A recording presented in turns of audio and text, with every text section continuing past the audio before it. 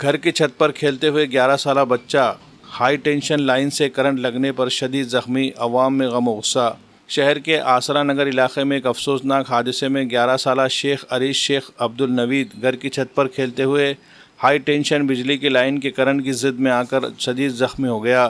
زخمی بچے کا علاج اسپتال میں جاری ہے۔ موصولہ اطلاعات کے مطابق شیخ عریش معمول کے مطابق اپنے مکان کی چھت پر کھیل رہا تھا۔ اسی دوران مکان کے اوپر سے گزرنے والی ہائی ٹینشن بجلی کی لائن کے انتہائی خطرناک کرنٹ کی زد میں آنے سے اسے زوردار جھٹکا لگا اور وہ شدید زخمی ہو کر چھت پر ہی تڑپنے لگا۔ عینی شاہدین کے مطابق قریبی ایک دوسرے مکان کی چھت پر کام کرنے والے مزدوروں نے اچانک دھواں اٹھتے دیکھا تو انہیں کسی حادثے کا شبہ ہوا۔ جب انہوں نے قریب جا کر دیکھا تو بچہ بے بسی کی حالت میں تڑپ رہا تھا۔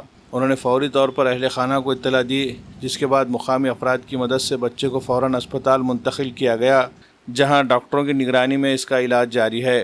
اس دل دہلا دینے والے واقعے کے بعد آسرا نگر کے مکینوں میں شدید غم و غصہ پایا جا رہا ہے۔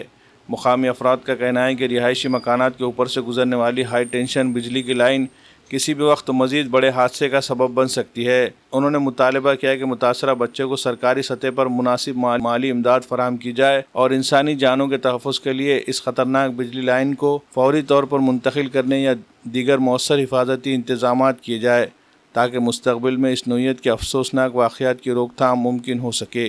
Bureau report, MCN Urdu news. وہ ہمارا گھر بازو میں ہے، ہمارے سامنے والے پڑوسی ان کے بچے وغیرہ اوپر کھیل رہے تھے، بازو سے مین لائن گئے والی ہے MECB کی، تو وہ مین لائن کو کچھ ٹچ وغیرہ ہوا تو وہ بسٹ ہوگا، بسٹ ہونے کی وجہ سے بچہ بہت بری طرح سے زخمی ہو گیا۔ تو ہم دیکھتے برابر بھاگے اور ہاسپٹل لے گئے اس کو۔ ہاسپٹل لے جانے کے بعد تھوڑا سا ابھی نارمل ہے، لیکن میری یہ گزارش ہے کہ MECB والوں نے وہ وائر کا کوئی نہ کوئی انتظام کرنا چاہیے کہ ہر مکان کے پیچھے سے گئے ہوئے اس کو کیبل کو وغیرہ ریپیئر وغیرہ کر کے پلاسٹک کا کوٹ وغیرہ کوٹنگ پائپ وغیرہ ڈال کے اس کو بنا لیے تو ذرا ٹھیک رہیں گا۔ بڑی لائن ہے نا؟ ہاں، وہ بڑی لائن ہے، وہ بڑی لائن ہونے کی وجہ سے ہائی ٹینشن ہے وہ، اور دھوکے کے بہت سارے پرابلمس ہو سکتے اس کے۔ اس سے پہلے بھی ہوئے تھے حادثے؟ ہاں، اس سے پہلے بھی RR میڈیکل کے آگے بھی موبائل سے کیچ کرا تھا، وہ 2-3 فٹ سے چھت پہ ایک خواتین تھے، وہ موبائل کرتے سمے وہ کیچ کر لیا تھا، اس میں بھی ان میں حادثہ بہت بڑا ہو گیا اس کے اندر۔ ٹھیک ہے، ابھی کتنے سال کا بچہ تھا یہ ابھی تقریباً 12 سے 13 سال کا بچہ تھا چھت پہ۔